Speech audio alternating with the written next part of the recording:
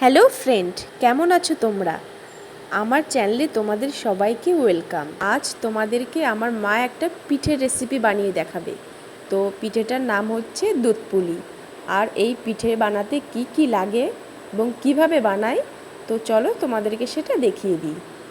দুধ পুলি বানানোর জন্য সবার প্রথমে যেটা লাগছে সেটা হলো নারকেল কোড়া। আমি এখানে দুটো বড় সাইজের নারকেল কুড়িয়ে নিয়েছি। আর লাগবে আতপ চালের গুঁড়ো, এখানে 700 গ্রাম আতপ চালের গুঁড়ো আছে। আর লাগবে 500 গ্রাম মতো চিনি। তোমরা যে যেমন মিষ্টি খাও সেই অনুযায়ী চিনিটা ব্যবহার করবে। তো দুধ পুলি বানানোর জন্য সবার প্রথমে যেটা করতে হবে সেটা হচ্ছে দুধ গরম করে নিতে হবে। এখানে 2 লিটার মতো দুধ আছে। দুধটা ভালো করে ফুটিয়ে নিতে হবে, গ্যাসের ফ্লেমটা একদম লো রেখে। এদিকে দুধ গরম হতে হতে আমার মা নারকেলের পুরটা বানিয়ে নেবে। তো নারকেলের পুর বানানোর জন্য কড়াই গরম করে নিয়েছে। এবার দিয়ে দিচ্ছে নারকেল কোড়া। এখানে দুটো নারকেল কোড়া আছে, দুটো নারকেল কোড়াতে 100 গ্রাম চিনি ব্যবহার করব। নারকেল যদি মিষ্টি হয় তাহলে চিনির পরিমাণটা কম দিতে হবে, আর নারকেল যদি কম মিষ্টি হয় সেখানে চিনির পরিমাণটা কিন্তু একটু বেশি দিতে হবে। চিনি মিশিয়ে ভালো করে জাল করে নেব। নারকেলের নাড়ু যেমন বানাই সেরকম বা তার থেকে একটু কম টাইমে নামিয়ে নেব। এইদিকে নারকেলের পুর রেডি হয়ে গেছে, দেখতেই পাচ্ছ ঠিক এরকম দেখতে হবে, বা এর থেকে একটু বেশিও জাল দিয়ে নিতে পারো তোমরা। পুলি পিঠে বানানোর জন্য জল গরম বসিয়ে দিয়েছি কড়াইতে, আর সামান্য লবণ দিয়ে দিচ্ছি। জলটা ফুটে আসার পরেই কিন্তু জলের ভিতরে চালের গুঁড়ো মিশিয়ে দিতে হবে। কড়াইতে রেখেই কিন্তু চালের গুঁড়োটা এইভাবে মিশিয়ে নিতে হবে। ঠান্ডা হয়ে গেলে কিন্তু পুলি পিঠে শক্ত হবে, নরম হবে না। আর এখানে কোনো রকম ঠান্ডা জল দেওয়া যাবে না।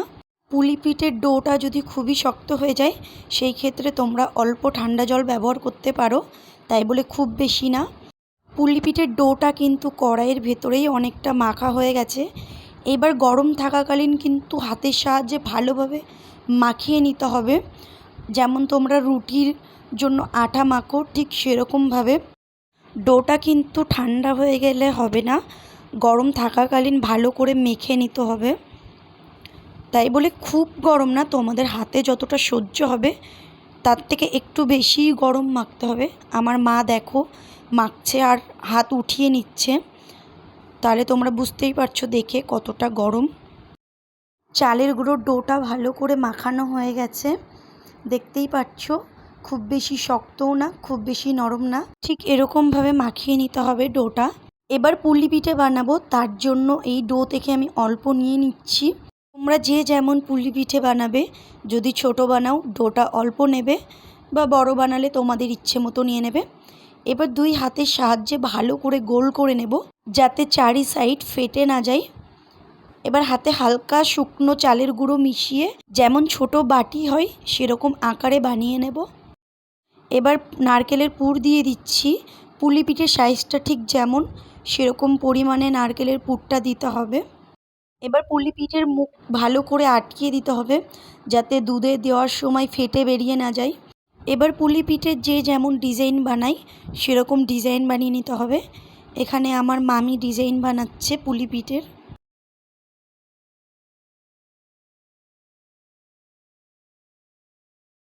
একটা পুলি পিঠে বানানো রেডি হয়ে গেছে, তোমাদের সুবিধার জন্য আর একটা বানিয়ে দেখিয়ে দেব।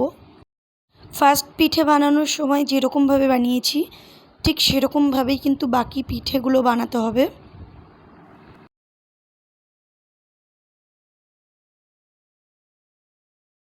পিঠেটা বানানোর সময় যদি হাতে আটকে আসে সেই ক্ষেত্রে তোমরা একটু শুকনো চালের গুঁড়ো ব্যবহার করে নিতে পারো। তো তোমাদেরকে দেখিয়ে দিলাম পুলি পিঠে কিভাবে বানাই। তো একইভাবে আমি বাকি পিঠেগুলো বানিয়ে নেব।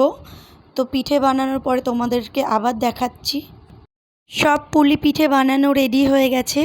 এবার দুধ পুলি বানানোর জন্য দুধ রেডি করে নেব। পুলি পিঠে বানানোর সময় দুধের হাঁড়িটা নামিয়ে রেখেছিলাম।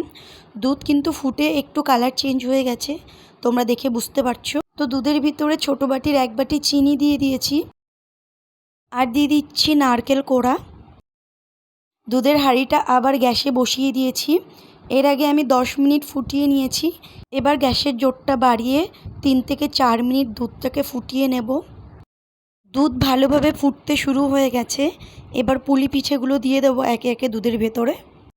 সব পুলি পিঠে দিয়ে দিয়েছি দুধের ভেতরে। এবার দিয়ে দিচ্ছি 6টা ছোটো সাইজের এলাচ, 3টে তেজপাতা।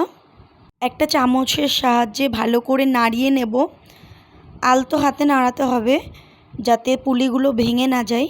গ্যাসের ফ্লেমটা বাড়িয়ে 5 মিনিট ফুটিয়ে নিলেই পুলি পিঠে রেডি হয়ে যাবে। 5 মিনিট ফুটিয়ে নেওয়ার পরে হাঁড়িটা নামিয়ে নিয়েছি। পুলি পিঠে একদম রেডি। তোমরা চাইলে রাতে বানিয়ে পরের দিন খেতে পারো বা বানানোর আধ ঘন্টা পরেও কিন্তু খেতে পারো দুধের ভেতরে রেখে। সেই ক্ষেত্রেও কিন্তু পিঠেটা খেতে খুবই ভালো লাগবে।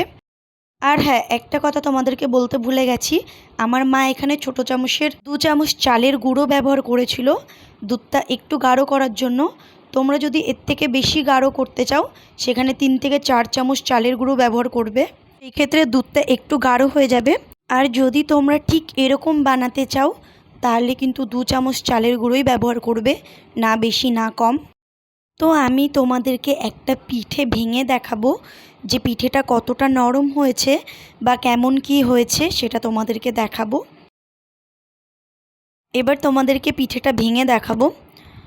দেখতেই পাচ্ছ পিঠেটা কতটা নরম হয়েছে আর খেতেও কিন্তু ততটাই টেস্টি হয়।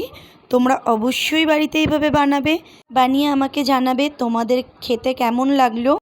আমার আজকের পিঠের রেসিপি তোমাদের কেমন লাগলো সেটাও কিন্তু কমেন্টে জানাতে ভুলবে না। আর যদি ভালো লাগে তাহলে লাইক শেয়ার কমেন্ট করবে। আর আমার চ্যানেলে নতুন হয়ে থাকলে চ্যানেলটা সাবস্ক্রাইব করে পাশে থাকা বেল বাটনটা অল করে নেবে আমার যে কোনো ভিডিও সবার আগে দেখার জন্য।